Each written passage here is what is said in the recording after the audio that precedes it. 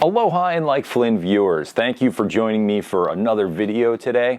As many of you know, I am a former cast member of the Disney-MGM Studios Backlot Tour. It breaks my heart that my attraction is gone. It's long gone. Every time I go to Hollywood studios, I go and I reminisce and I remember my old friends, my old cast members. I had so many great memories working at the Backlot Tour. Now, there are two teams that worked the Backlot Tour. You had your tank team. Those were the ones that worked the Pearl Harbor water show, okay? We called it kind of the tank show. They were the ones that kind of did the front queue. Remember, if you came in, you would go in, you would see the little video, then you were taken into the water tank area where they would get some volunteers. They would have some bullets spraying the water with the airplanes, the sound effects, the explosions, the water dumping on the guests and stuff like that. It was a great show.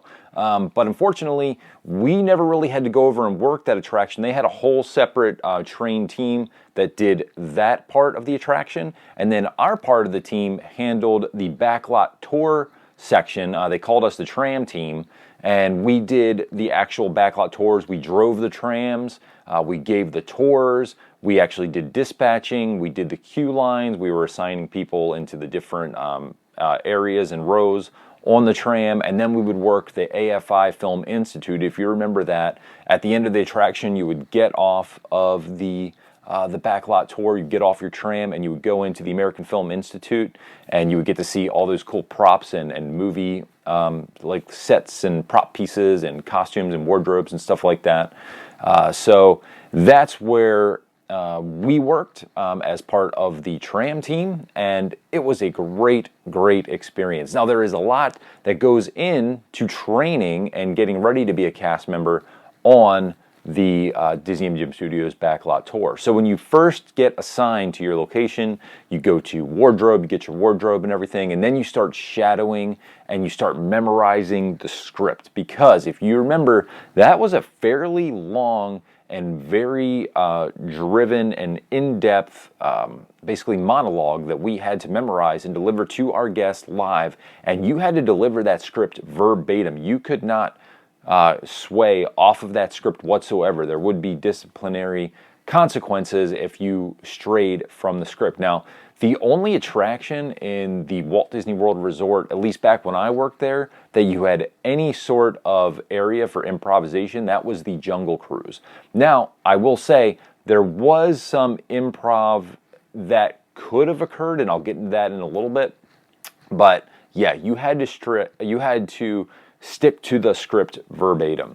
So when you get there, you start with a trainer. You get assigned to a particular trainer, and there was a few of them that worked the attraction. When I was there, we had 2 or 3 trainers. I can't remember.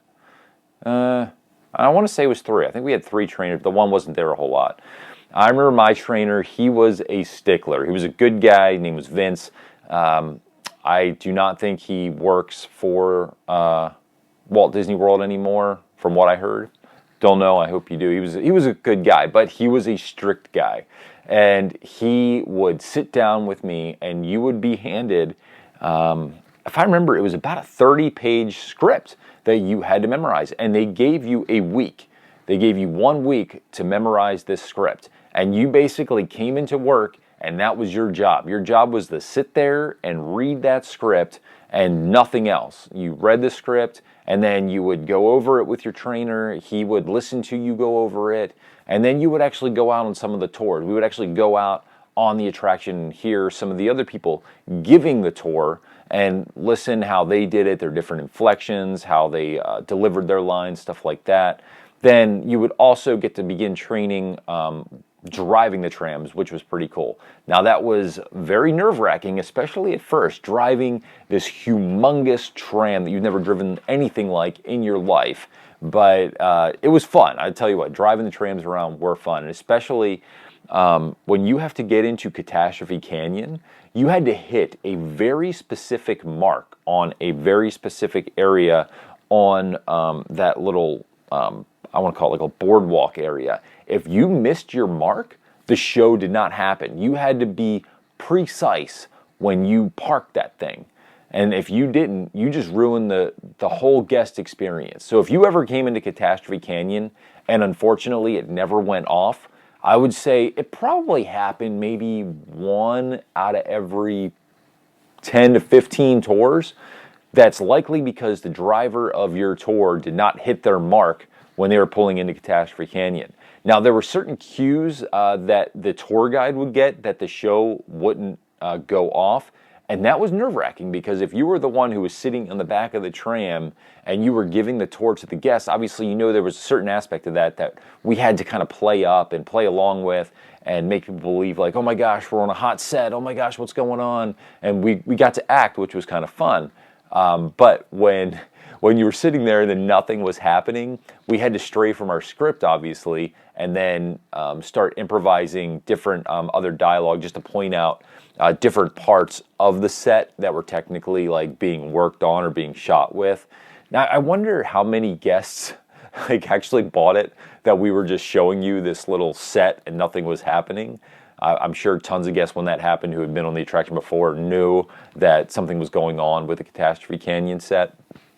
And it was always a bummer. If Catastrophe Canyon was down, usually they would shut down. If there was anything going on with Catastrophe Canyon, usually they would shut down the attraction. We wouldn't be sending trams out. But unfortunately, if Catastrophe Canyon did go down, obviously we would have maybe 2 or 3 trams already out on the tour at any given time. So then those trams would also have to go through Catastrophe Canyon knowing that there wouldn't be a Catastrophe Canyon show. And that always sucked when you were given your tour and then there was no Catastrophe Canyon show and you had to basically improvise for 2 whole minutes. Now, talking about improvisation, the other times where you sometimes had to improvise was if there was a backlog with the tram. So sometimes you'd have a tram out there, sometimes there would be an issue with the tram, something would get held up in dispatch, something would get held up in unloading, and your tram would have to come to a stop. When the tram comes to a stop, we had to have lots of different facts and lots of information to relay to the guests to basically fill that time, and that wasn't part of the script. And you had to memorize all these facts as well to be able to go over that with the guests. And that was probably the most nerve-wracking part, is you never know when the tram was going to come to a stop and you would be sitting there and then you would have to start improvising.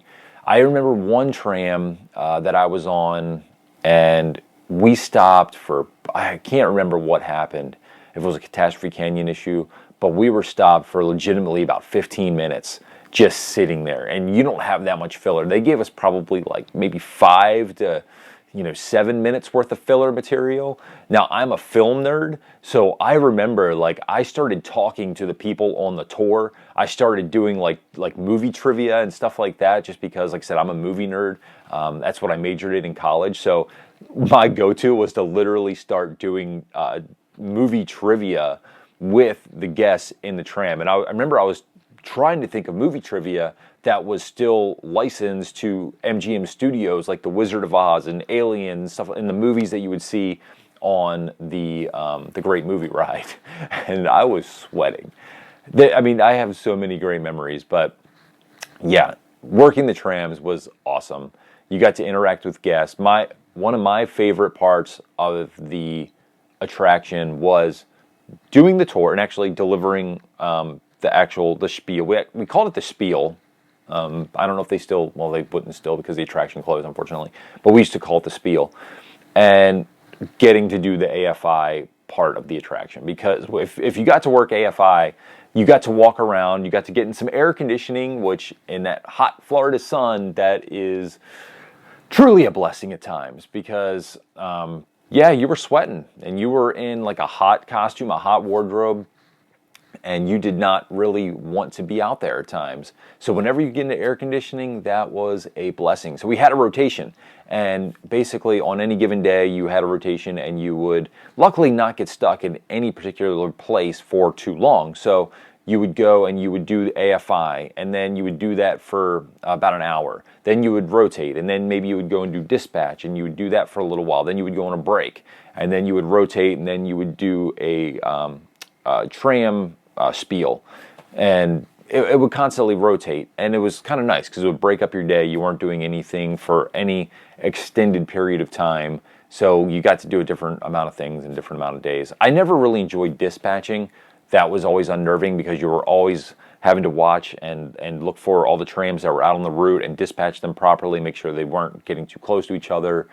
Depending on the crowd levels, you had to know like how many trams you were going to be running. So there was a lot that went into that dispatch position.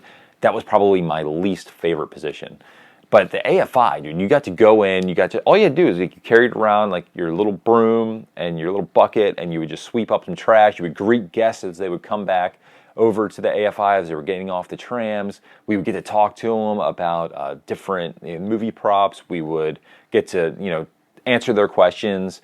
One time it was really cool. I remember after one of my tram tours, someone asked me for my autograph. And that was really cool when you're signing a Disney book. I was like, I'm not worthy to sign this little Disney book. So there was just so many really cool stories with that. I can go on forever, but I don't want to make this video too long. So that was just a little behind the scenes knowledge. We'll call this part 1 of my time at the Disney-MGM Studios Backlot Tour. And yeah, there's a lot of stuff that went on, a lot of shenanigans and stuff, and a lot of stories that I have that I will gladly share with you in the future if these videos continue to be popular, which I hope they are. And seriously, guys, thank you so much for watching, and I really appreciate the support, and I hope to talk to you in the future. Thank you so much. Have a wonderful, magical day. Aloha, everybody. Peace.